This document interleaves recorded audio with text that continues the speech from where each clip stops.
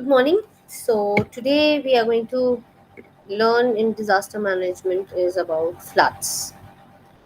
Why floods? Because our country is have a very wide network of rivers, very long coastlines, and large amount of water, fresh water bodies, right? So learning about flood, how it is what are the various types of floods, how it damages your life, threatens your life, damages your property, what are the losses that we cater, what are the outcomes, why it is happening, why the frequency of floods are increasing. It is very important to understand. Now for that we need to understand what is flood and what are the various variety types of floods, regions in our country that are prone to floods, and past historical records of the floods that has happened. Okay. So we can in this process we can also discuss about a case study or a place and discuss about various types of flood. Right. So let's try to define flood.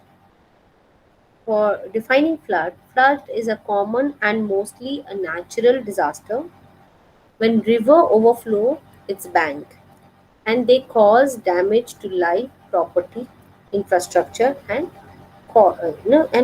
crops. So what does it do? It is one of the most common natural disaster. When a river overflows its banks on the edges, they cause damage to life. They threatens life. They damages property, infrastructures, and agricultural land. A flood is an overflow of an expanse of water that submerge the land, uh, uh, uh, uh, and that is deluged in in sense of flowing water. Okay, so the word is applied to the inflow of water as opposed to the outflow of the ebbs. Ebbs means the edges of the rivers. All right. So now there are how many types of floods that we can see is that river floods, coastal floods, flash floods, estuary floods, and urban floods. Let's take one by one each flooding system. We will take one by one. River floods, by its name itself, it says that water when water overflows its banks from bed is called a river flood.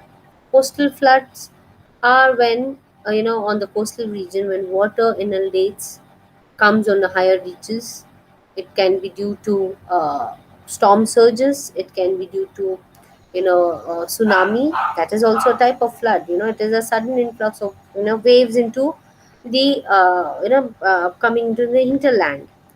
Then flash floods when there is a sudden influx of water coming with a large amount of water coming. It can be triggered due to cloud burst, glacial burst, dam burst, dam failures can cause flash floods. Okay. Estuarine floods are again it's on the mouth of the river, or you can call deltatic flood or estuarine floods, depending on what type of river it is. There are few rivers who makes estuaries. There are few rivers which makes deltas. Okay, rivers which makes estuaries have large span of what do you call ocean continental shelf where the water, the silt which is carried by the river is not deposited there, and it is carried furthermore into the ocean, and hence it makes a ebb, a large span, and it's a very good area for fishing purposes. And in these this is flooding is a very common thing, which is a natural process. In that way, estuary flood also helps in enriching the areas, the wetlands of the estuaries and deltas. It is enriching also. But in another way, with an increase of sea level, estuary floods are also cutting down the mainlands and taking it further in. Okay, so now it happens in deltas also. Like if you go into Sundarban, with climate change and sea level rising, you will see there is constant land islands are constantly flowing into, you know, the in, it's taken away, it is cut down, it is flown away, it is eroded away. Okay, the islands the deltatic islands are eroded away with the, you know, increase in the water influx. On top of that, Bay of Bengal is highly protected. So, the Sundarban region, with, sea and climate change and all their various factors are constantly making these islands vulnerable, these deltas vulnerable, and they are losing out lands. Hence, people who are living on it are also on the, verge of economic tilt, and they are also right. So life in these regions are very difficult as they are facing constant flooding due to storm surges, due to sea level rise, and so many diseases that is coming without warning. So this is a very common thing that, you know, in these regions. Uh, Cover your estuary and deltas also. Now we have urban flood. So in these, urban flood was never a natural process. Okay, flood itself is a natural process, but urban flooding is not a natural process. Why? Because urbanization is all because of, human activity, anthropogenic intervention, degradation, to the water body. So it affects. Just a minute.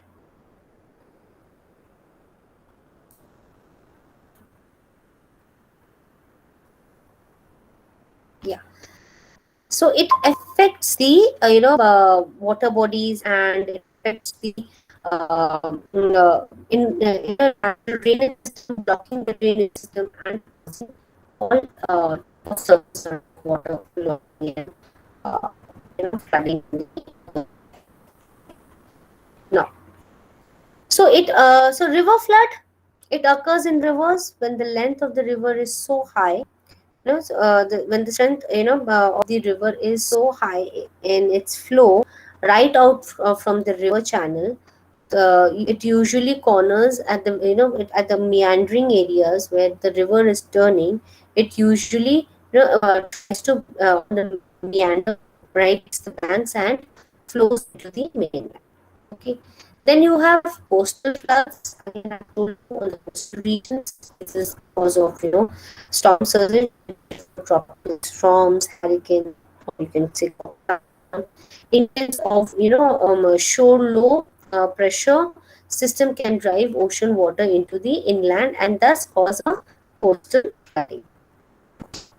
Like, we have seen that due to this Orissa cyclone, what happened is, uh, uh, there was lot of large agricultural land which was flooded due to the excessive rainfall and, ocean water inundating into the paddy field of Odisha. Okay, so these areas, mm,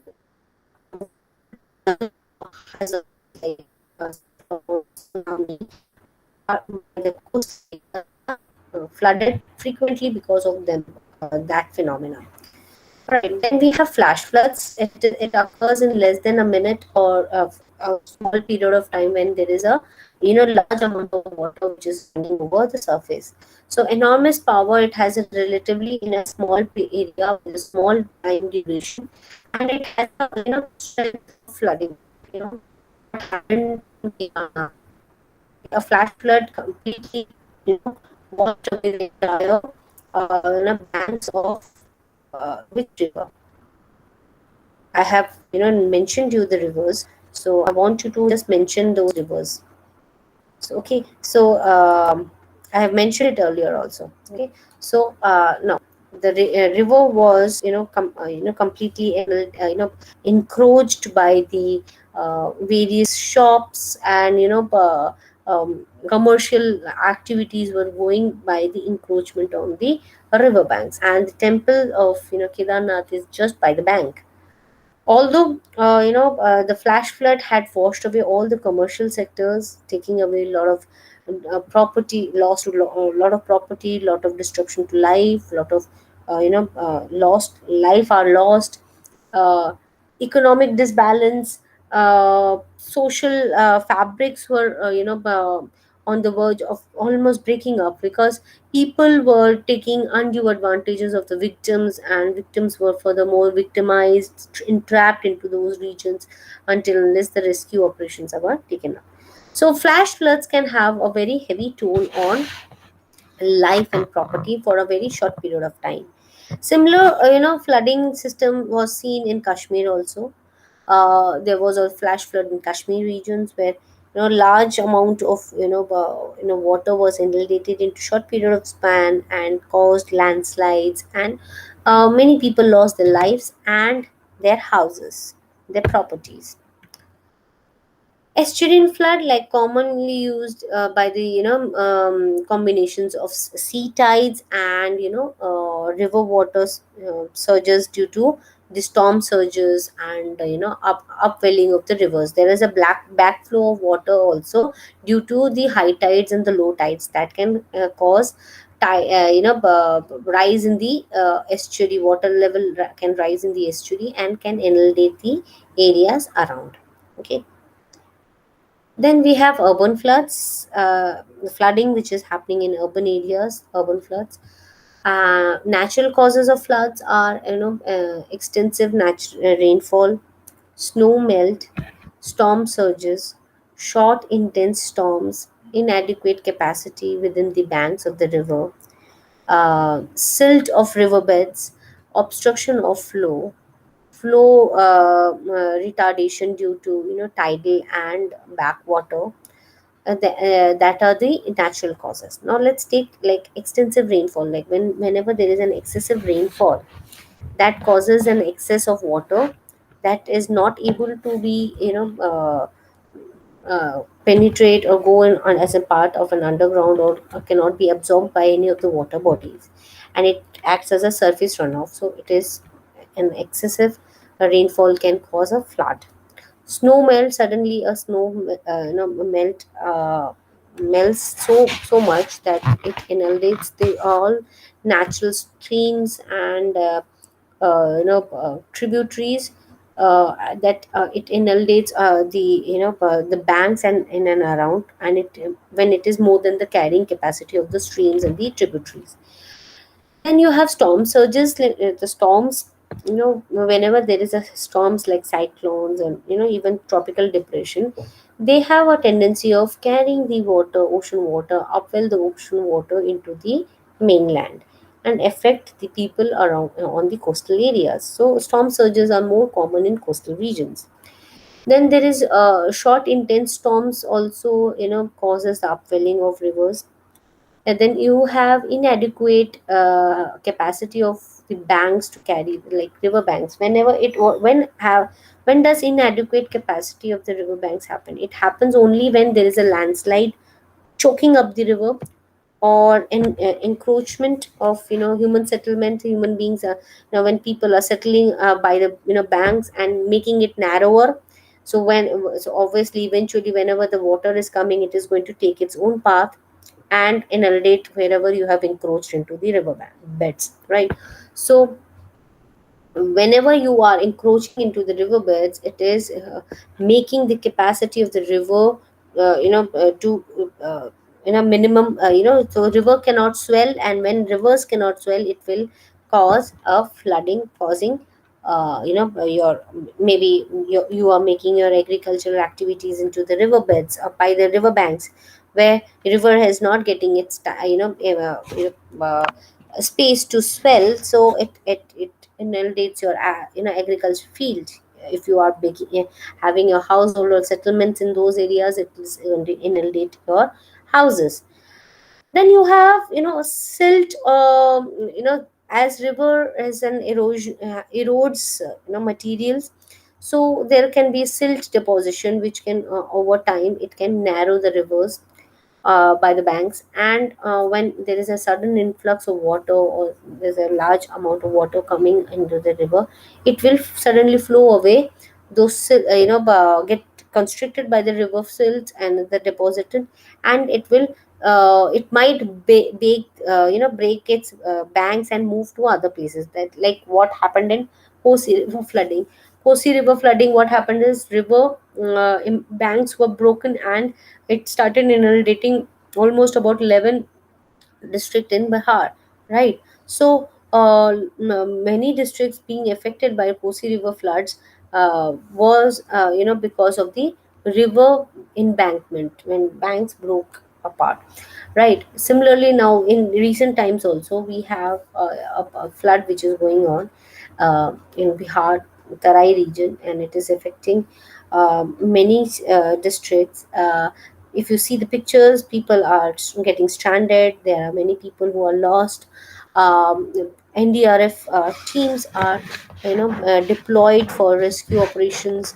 Along with NDRF teams, there are other stakeholders like police and NGOs and other community based organizations who are working for rescuing people, providing relief to the strandeds, and providing equipments and inventories to assist for the recovery, so basically to for rescue operations in those areas. Now this water will not subside till the time the rainy season doesn't go off. Okay, because with the continuous rain and the continuous flow of the river, it is the water is going to be stagnant for a very long period of time. Now in this time, what we have to take care is flood itself will create a lot of havoc, chaos, and claim a lot of damage to life and property. Apart from that, the aftermath of the flooding, it affects the life, because you will have many dead bodies, many uh, what do you call pollutants being mixed with the drinking water, and it can cause result to furthermore waterborne diseases. Okay, so we are going to discuss about that now. Okay, so let's talk about the effects, why these natural causes of floods happen. That is because of the poor drainage system. It can be because of the silting of the river. Blockage in the river can happen because of the poor drainage, or even like when you are having a concrete or settlement built up into a drainage system, where with whenever there is a seasonal rain, chores are choked up. That can cause you a flooding. Then creek overtop that their banks, when there are the banks are broken, when there is a cloud burst, earthquake cause tsunamis can cause flooding in the coastal regions. Then high tides and high tides during the diurnal high tides, or even storm surges can cause us high tides and can inundate it. Hurricanes and cyclones are one of the reasons affecting all these areas.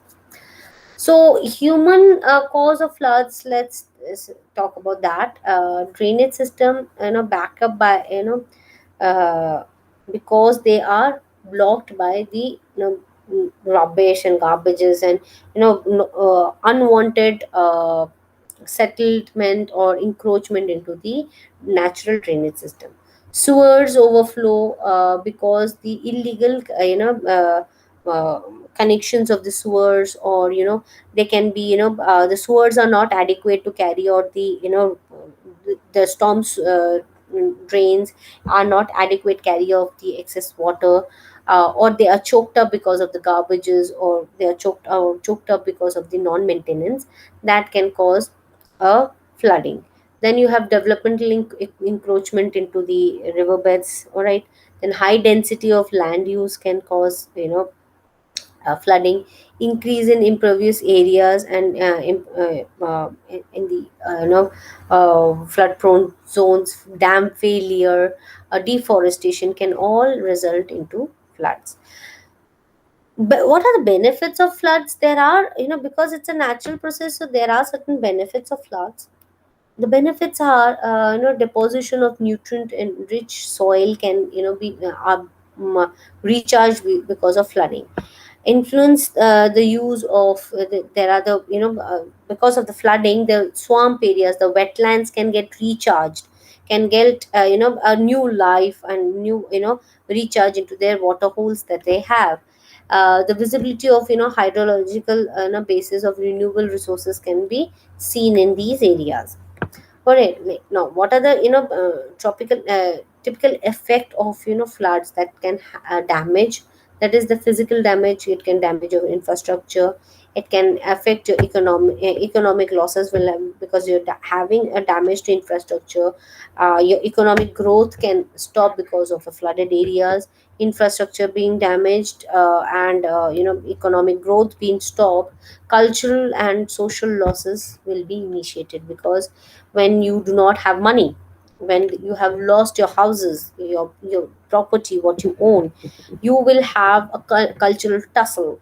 You will have your social fabrics on a verge of breaking, because there will be some people who are agitated, or there will be some people who will try to take advantages, or there will be people who will victimize the victims furthermore. So it will also make a situation of unsurety, and, and a very a volatile situation, where, people will stop trusting each other, and the dependency will be lesser among each other.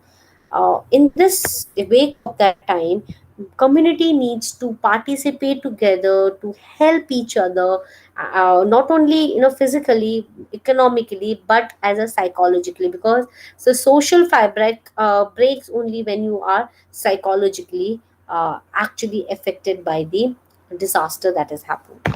Now, damage to public health is very it is known that obviously infrastructure is there damaged, so public health will be also damaged, because suppose your water line which is coming, right? So a flooded area, of, your fresh water supply getting, mixed with the flood water.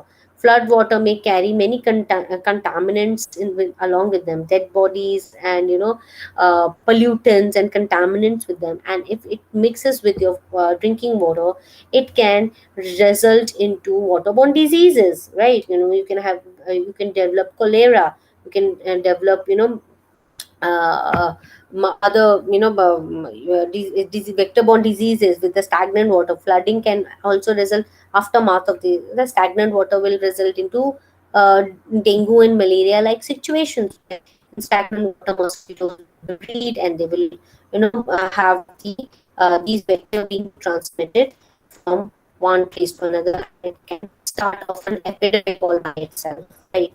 So it will affect the public health. There can be people, floods. And on top of that, waterborne diseases, will be pressurizing the uh, health sector, public health system furthermore. Okay, so that's why, floods not only affect the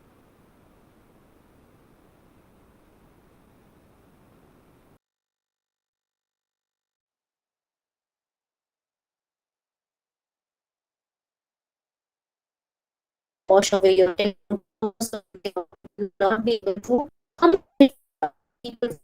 You will not be able to. So that is, there are authorities where, who are activated to, give information to their, the place outside the affected area, so that they can look for more assistance, right? Then we have, going further, people will be starving.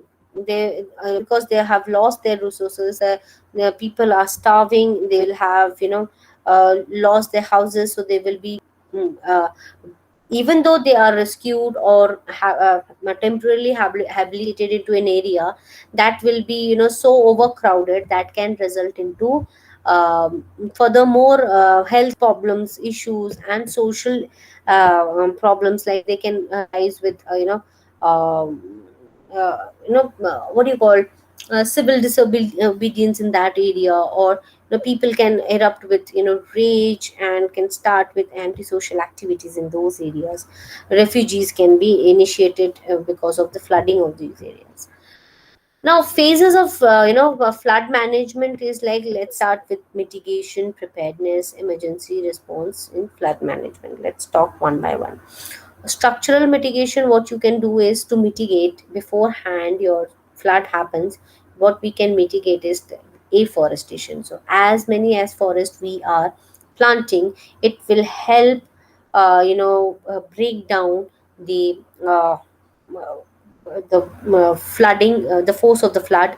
It will help the water to get channelized under the ground. It will help to recharge the groundwater. So afforestation is the key for mitigating the effect of flood. Building up dams, of course, and maintaining dams on a regular basis. Then you have build up storm creeks, that in between this, if your city is by the rivers, you make storm creek walls, where the river channel is not breaking up and going into the city area. So you can have a channeled out creeks, where if the river is having an excessive water, it can be channeled out from the creek walls. Then you have revival of local lakes. What are the structural mitigation? What you can do is you can revive the local lakes. There will be, if you see, go around in your city, you will be seeing some lakes are dying off because of people throwing garbages and trying to choke it down, and trying to making it into a landfill, and making turning it into a land, and trying to build up a house or up infrastructure, build a infrastructure in that place. Instead of doing that, we should indulge into reviving the local water bodies, lakes and ponds, because they act like a sponge. They absorb a lot of water in them when at the time of excessive rainfall. So if you revive local lakes and ponds, it will take up the excessive water that is coming from your precipitation, right? Now let's take up a example I will give you in structural mitigation. uh, Case study of urban, it was an urban flooding of Chennai. Why did Chennai flood? Okay, there is a river in Chennai, but river waters are known to carry up excessive rainfall water. But still, the Chennai had to face flooding. Why? Because if you see in past 2 decades, not 2 decades, let go further back, about 3 decades back, Chennai was an area apart from the river there. Chennai had many small ponds, okay, and lakes, which had the capacity of taking the excessive rainfall, right? So now, taking the excessive rainfall, uh, well, was the only thing, because Chennai always had the same amount of rainfall which was happening there. But the river which was flowing from the Chennai, that is let me remember, Kurum. Kurum River, that is flowing in center of the Chennai city, and it was taking the excessive water along, and it broke its bank, and where you have the lakes and ponds to absorb the shock of the excessive water was not there. Everything was cemented, and water could not percolate under the ground, and hence the surface runoff was very often there, and causing stagnation of water because of the densely populated region of that densely population that has come up over past 30 years, right? So resulting into Chennai flooding. Not the entire region flooded, it was only by the banks of the river, where heavy rainfall, low lying areas where the lakes and ponds were filled up, and they had their infrastructure built on it. Only those regions were flooded. Non-structural mitigation is like, we can have a flood mapping, flood warning forecast system we can generate, flood modeling we can generate. Then you have flood insurance, wherever, suppose you have cropland by the riverbed, so you can have flood insurance, crop insurance on that. In case of any natural calamity that happens, your crop plant is, you know compensated for it. Then you have flood fighting equipments, and engineering techniques like building up levees, building up barrages, building up creeks. Okay, so planning for that. Then flood proofing, you can also proof the car sections, the houses from flood waters. Right. So flood preparedness requires, like, department should be concerned about it. The community participation is important. The state, the district administration should be implementing the bylaws and the what do you call, building codes properly. The department concerned should be, like, pre-monsoon inspection has to be there, like water department, electricity department, even municipalities should, on a regular check, see the storm sewers and everything is maintained before the monsoon comes in. So regular clearance of the drainage, maintenance of the embankments constitute of a committee to see whether all these activities are followed up properly or not. Then clearances of the sewer systems and electric poles. You go into this city and just see whether the electric poles are, getting hampered by any tree or not, right? What Then you have, water supply connections, whether they have any leaks or not, breakages or not. All right, so they have to be seen on a timely basis. Okay, so by the state and district administration, what we can do is that a review of contingency plan, then coordination between designated units can be developed. Then we have provision of flood fighting equipments with inventory check can be done. uh, what are the flood fighting equipments we have, whether we have boats or not, ropes, first aids, and all those things for flood fightings. Then coordination between the NGOs and the government authorities, review of the situation and ensure whether the place for evacuation, whether you require any evacuation in times of flooding, whether you need it or not. So that review of that situation also has to be done. Then make people aware that wherever you are constructing your house, wherever you're residing, it is going to be prone to flood or not. That awareness has to be done. Then awareness that in case you are stuck into flood like situation, what you can do, how you can prevent it, how you can save yourself and help community. Carry out mock drills in this country, context. What are the mock drills that is required? That, and then involve community members to help, in case of there is a post flooding situation. So you involve community people to help rebuild the community and the area, to so that the life can go back to its normalcy. Emergency response mechanism will have, response mechanism plus damage assessment, which will have a emergency response mechanism initiated. Okay, so response mechanism plus damage assessment means how much it is damaged and what are the response mechanism you already have pre planned, will initiate the next step of the aftermath of the flooding. So people should be warned.